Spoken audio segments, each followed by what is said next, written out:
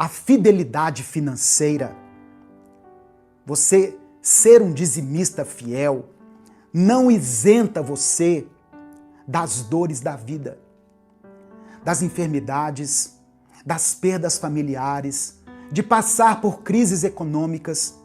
Lembra de Jó? A Bíblia diz que ele era um homem justo, íntegro, reto, um homem que temia a Deus e que se afastava do mal. E ainda assim ele foi atacado severamente na sua vida.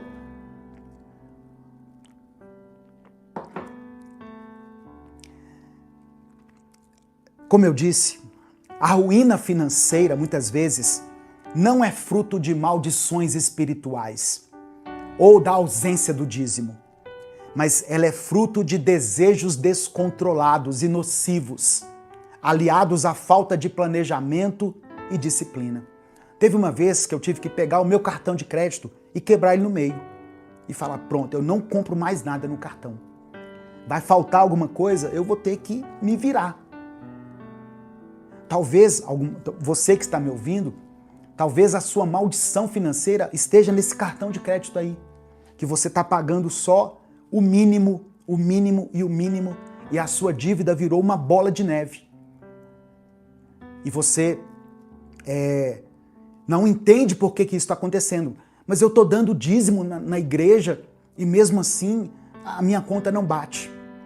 Você precisa controlar a sua vida financeira, primeiramente, para depois você abençoar a obra de Deus.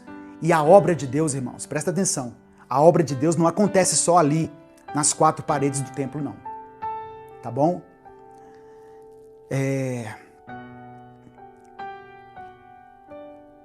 Um texto aqui que eu não posso deixar de mencionar é 1 Timóteo capítulo 6, versos 9 e 10,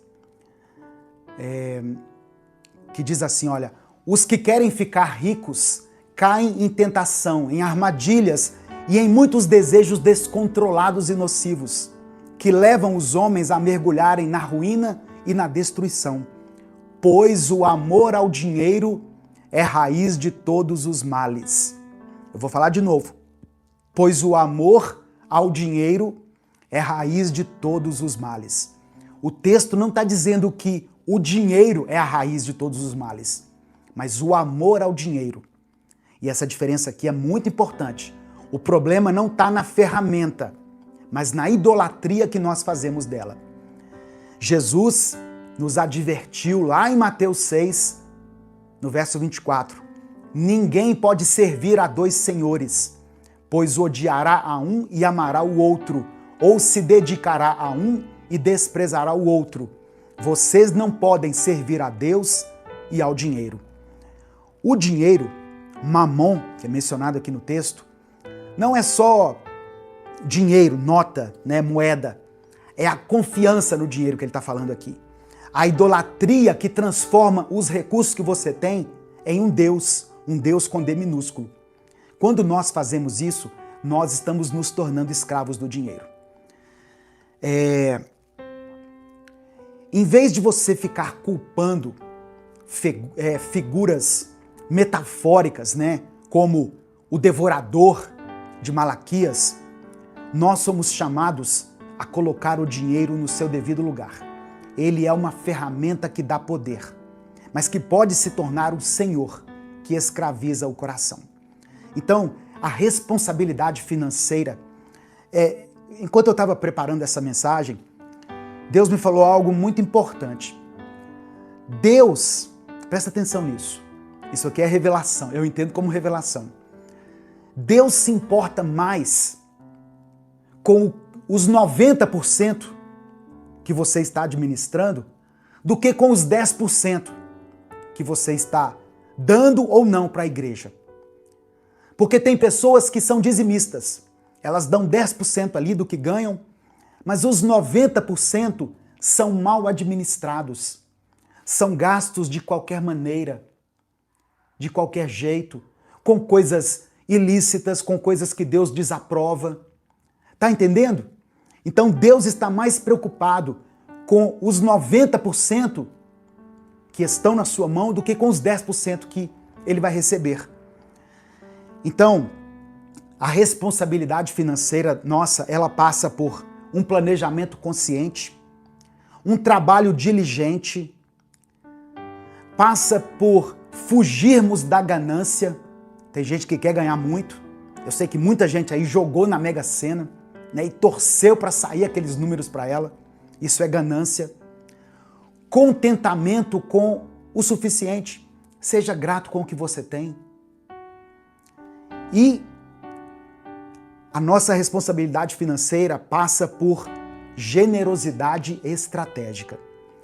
Quer um modelo para você seguir? Atos 2, do verso 44 ao 45. Olha só. Todos os que criam mantinham-se unidos e tinham tudo em comum. Vendendo suas propriedades e bens, distribuíam a cada um, conforme a sua necessidade. Se você chegasse naquela época para o apóstolo Pedro, para o apóstolo João, e dissesse assim, batesse no peito e falasse assim, eu sou dizimista fiel, eles iam falar assim, como assim? Você está dando só 10%? Nós estamos dando 100%. Nós estamos trazendo tudo. Quer seguir o padrão bíblico? Entregue tudo na comunidade e essa comunidade distribua conforme a necessidade de cada um. Eu sei que ninguém vai fazer isso. Eu sei que não existe uma instituição idônea o bastante para fazer isso, para distribuir conforme a necessidade de cada um, sem enriquecer, sem virar um império. Então, mas o que eu quero mostrar para você aqui é que lá na igreja primitiva não havia um mandamento assim, dê os 10%. Havia entre eles uma cultura de generosidade radical, onde a necessidade do irmão era mais importante do que a propriedade individual. Atos 4, do verso 32 ao 35, amplia ainda mais essa visão. Da multidão dos que creram, uma era a mente e um o coração. Ninguém considerava unicamente sua coisa. Vou ler de novo. Ninguém considerava unicamente sua coisa alguma que possuísse, mas compartilhavam tudo o que tinham. Tá vendo? Ninguém considerava dono de nada. Eles entendiam que Deus era o dono de tudo. E o texto continua dizendo assim, não havia pessoas necessitadas entre eles, pois os que possuíam terras ou casas as vendiam, traziam o dinheiro da venda e o colocavam aos pés dos apóstolos, que o distribuíam segundo a necessidade de cada um.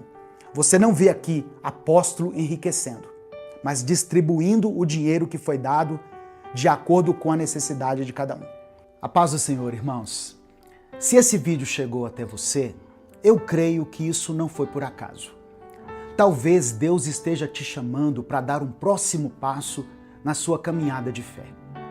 Meu nome é Edivaldo Oliveira, eu sou pastor, teólogo, escritor e conferencista.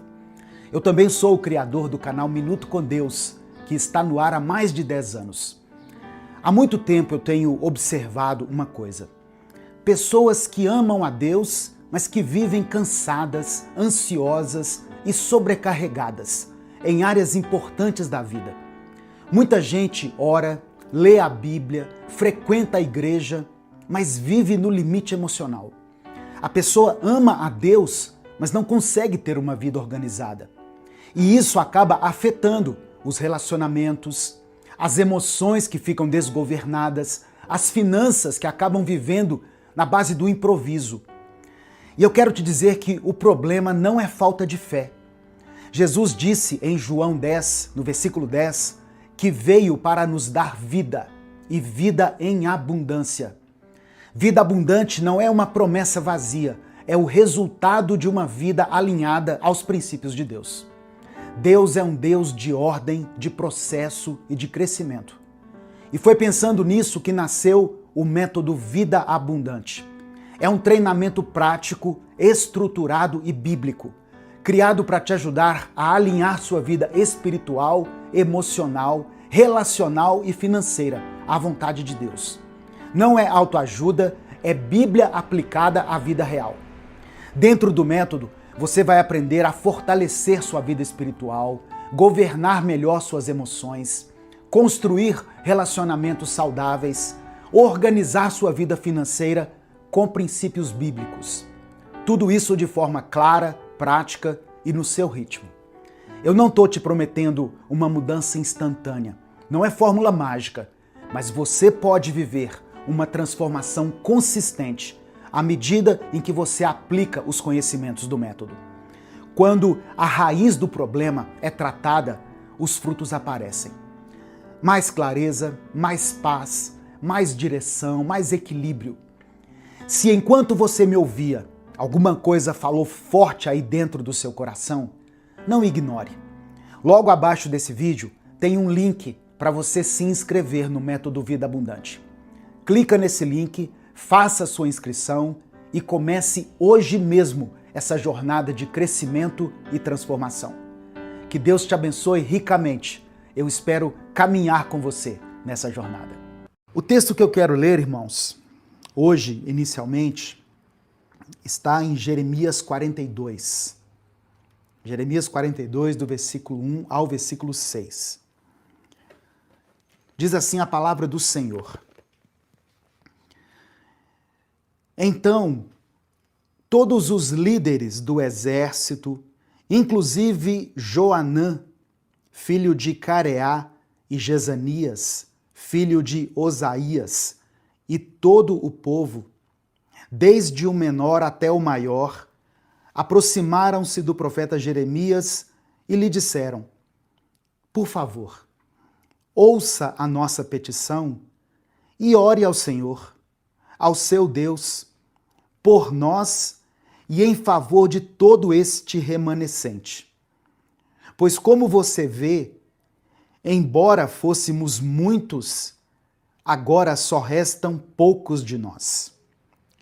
Ore rogando ao Senhor, ao seu Deus, que nos diga para onde devemos ir e o que devemos fazer. Eu os atenderei, respondeu o profeta Jeremias, no versículo 4. Orarei ao Senhor, ao seu Deus, conforme vocês pediram, e tudo o que o Senhor responder, eu lhes direi. Nada esconderei de vocês. Então disseram a Jeremias, versículo 5 agora. Então disseram a Jeremias, que o Senhor seja uma testemunha verdadeira e fiel contra nós, caso não façamos tudo o que o Senhor, o seu Deus, nos ordenar por você. E o verso 6.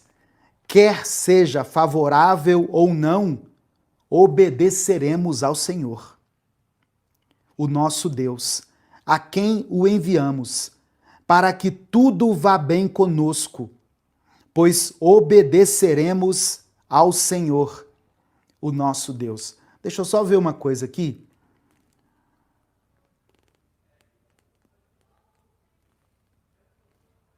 Eles falam a palavra obedeceremos aqui 2 vezes. Obediência. Eu li aqui, para você que está chegando agora, Jeremias capítulo 42, do verso 1 ao verso 6. Olha só, eu quero contextualizar essa passagem aqui para que a gente aplique da melhor maneira na nossa vida, para que a gente entenda o que está acontecendo e o que o Espírito Santo quer ministrar ao nosso coração aqui. Se o Espírito Santo falou com você através dessa palavra, dê o like no vídeo, se inscreva no canal e ative as notificações. Quer assistir a mensagem completa? Clique aqui no link que está na descrição do vídeo. Que Deus abençoe a sua vida em nome de Jesus. Irmãos, o povo de Judá, eles estavam assim devastados. Jerusalém tinha sido destruída. Muitos estavam no exílio. O governador nomeado pelos babilônios, um homem chamado Gedalias, tinha sido assassinado. Então, aqueles que restaram ali, o remanescente, né, como menciona o texto, estava com muito medo.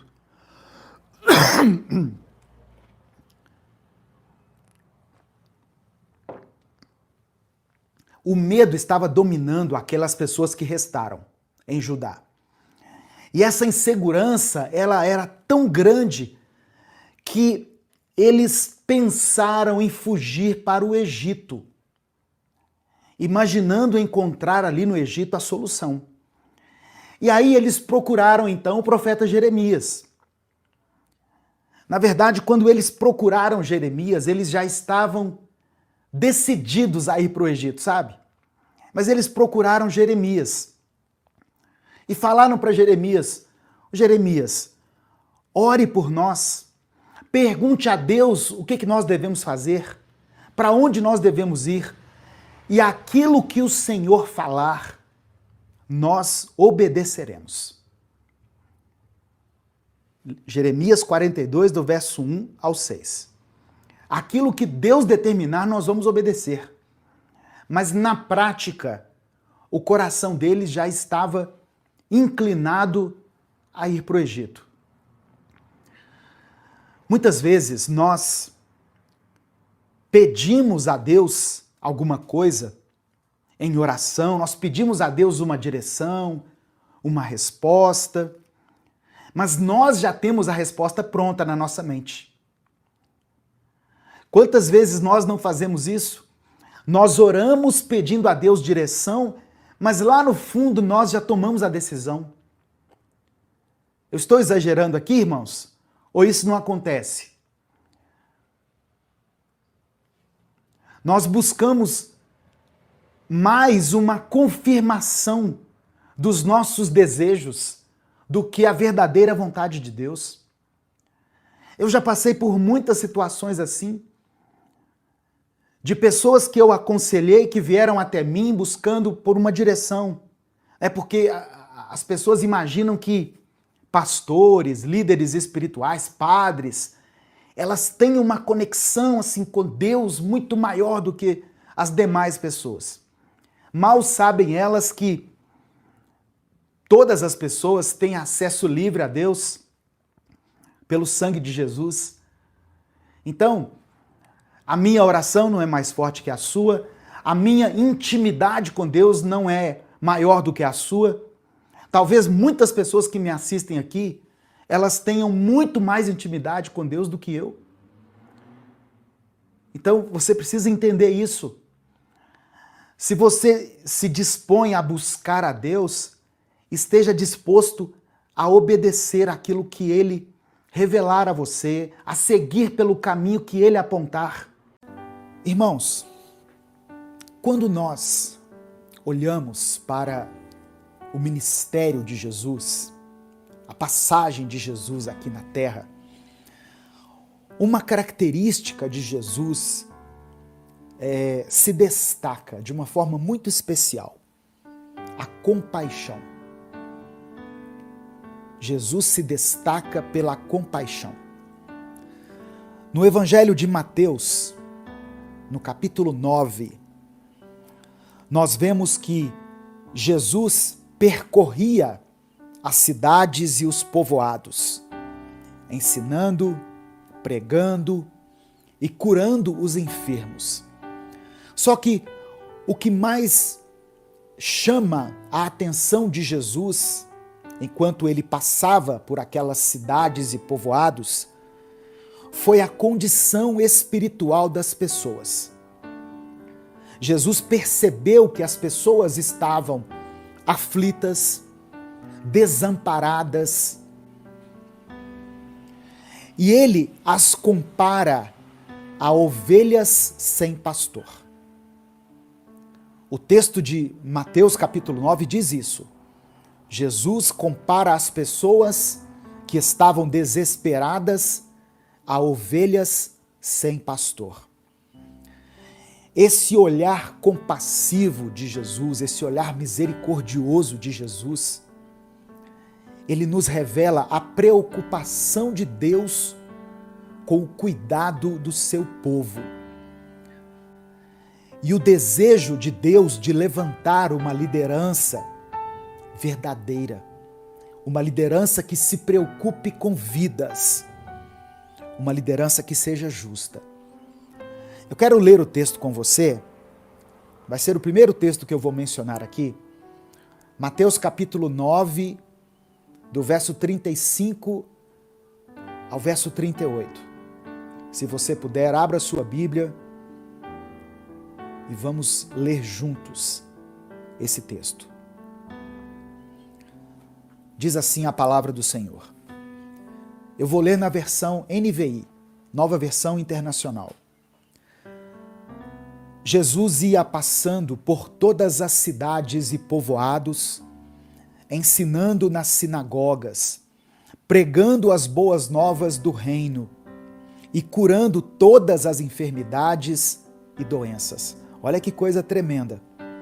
Jesus passando pelas cidades, pelos povoados, ensinando, pregando o evangelho, curando as pessoas. E no verso 36 diz assim: ao ver as multidões, teve compaixão delas, porque estavam aflitas e desamparadas, como ovelhas sem pastor. Então disse aos seus discípulos: a seara é grande, mas os trabalhadores são poucos. Presta atenção. A seara é grande, mas os trabalhadores são poucos. Peçam, pois, ao Senhor da seara que envie trabalhadores para a sua seara. Antes de continuar, eu quero ler essa mesma passagem na Bíblia, a Mensagem. Se você ainda não tem essa Bíblia, eu recomendo essa Bíblia. Eu não ganho nada com a venda dela, mas ela é uma Bíblia muito interessante que traz uma linguagem mais atual, uma linguagem que é fácil você aplicar no seu dia a dia. Porque às vezes a Bíblia traz umas palavras tão cultas, não é? Tão rebuscadas, e a gente fica assim, sem saber como aplicar aquilo na nossa vida. A gente acha bonito, a gente admira, mas aí a gente pensa assim, mas e o que eu faço com isso? E a Bíblia, a Mensagem, ela traz essas palavras de fácil entendimento. Então essa mesma passagem que eu li na Bíblia, a Mensagem, está assim, ó. Depois disso, Jesus passou por todas as cidades e vilas da região. Ele ensinava nas sinagogas, onde o povo costumava se reunir, apresentando as notícias do reino, curando os corpos doentes e restaurando vidas marcadas pelo sofrimento. Olha aqui que interessante. Na versão passada, diz, curando todas as enfermidades e doenças. Aqui já fala assim, restaurando vidas marcadas pelo sofrimento. Continuando. Ver as multidões diante de si lhe fazia doer o coração. Onde dizia, Jesus teve compaixão, aqui nessa versão diz que o coração dele doeu quando ele viu aquelas pessoas sofrendo. E aí o texto diz assim, o povo estava confuso e sem rumo. Eram como ovelhas sem pastor. E aí, as palavras de Jesus aqui na Bíblia, a Mensagem, estão assim, olha, que grande colheita temos aqui, disse aos discípulos, mas tão poucos trabalhadores. Jesus disse para os discípulos, nós temos uma grande colheita aqui. Vejam quantas pessoas estão sofrendo, quantas pessoas precisam ser cuidadas, precisam ser amadas. Irmãos, quando eu acordo pela manhã e abro a Mensagem do Minuto com Deus, que é postada às 5 da manhã. Eu não acordo às 5 da manhã para postar a mensagem, tá? Eu gravo antes e programo ela para ser postada. Eu não tenho o hábito de acordar às 5 da manhã. Mas quando eu levanto pela manhã e abro a mensagem Minuto com Deus e vejo ali 3.000 comentários, 4.000 comentários de pessoas pedindo oração, pessoas que estão sofrendo, pessoas que estão passando por lutas em várias áreas da sua vida, o meu coração dói. E eu olho para aquilo e penso, meu Deus, quantas pessoas estão sofrendo. E foi isso que Deus falou ao meu coração hoje.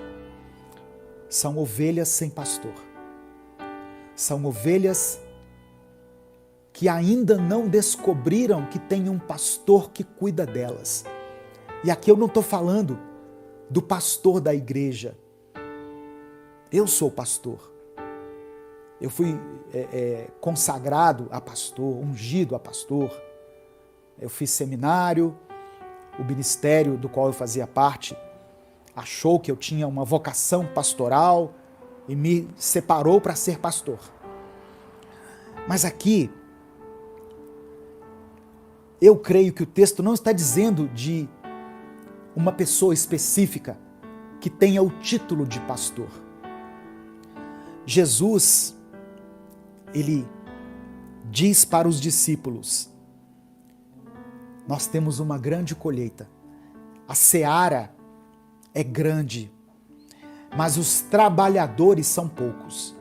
Jesus não fala, os pastores são poucos, os trabalhadores são poucos. Sabe por quê? Porque independente do título que você tiver, você pode cuidar de alguém. Você pode dedicar parte do seu tempo para evangelizar, para ministrar uma palavra de cura, para liberar uma palavra de bênção sobre a vida de alguém, para ensinar. Ah, mas eu não tenho título de pastor, eu não sou bispo, eu não sou apóstolo, eu não sou nada. Você é um trabalhador, uma trabalhadora que Deus levantou. Eu não sei há quanto tempo você acompanha o Minuto com Deus, mas eu sei que você já aprendeu bastante aqui. E aquilo que você aprendeu aqui, aquilo que tem sido bênção para a sua vida, pode ser bênção na vida de outra pessoa, sabia? Então, eu glorifico a Deus pelas pessoas que ouvem as mensagens que são postadas aqui e, além de ouvir essas mensagens, elas compartilham com outras pessoas. Isso é maravilhoso, irmãos. É Deus levantando trabalhadores. Porque às vezes a gente não vai saber o que dizer. Não é verdade? Eu queria tanto ajudar aquela pessoa, mas eu não sei o que dizer para ela. Manda um Minuto com Deus para ela e deixe que o Espírito Santo faça o resto. Nós temos que entender que o poder de transformar as pessoas é do Espírito Santo, através da palavra de Deus. Se o Espírito Santo falou com você através dessa palavra, dê o like no vídeo, se inscreva no canal e ative as notificações. Quer assistir a mensagem completa? Clique aqui no link que está na descrição do vídeo. Que Deus abençoe a sua vida em nome de Jesus.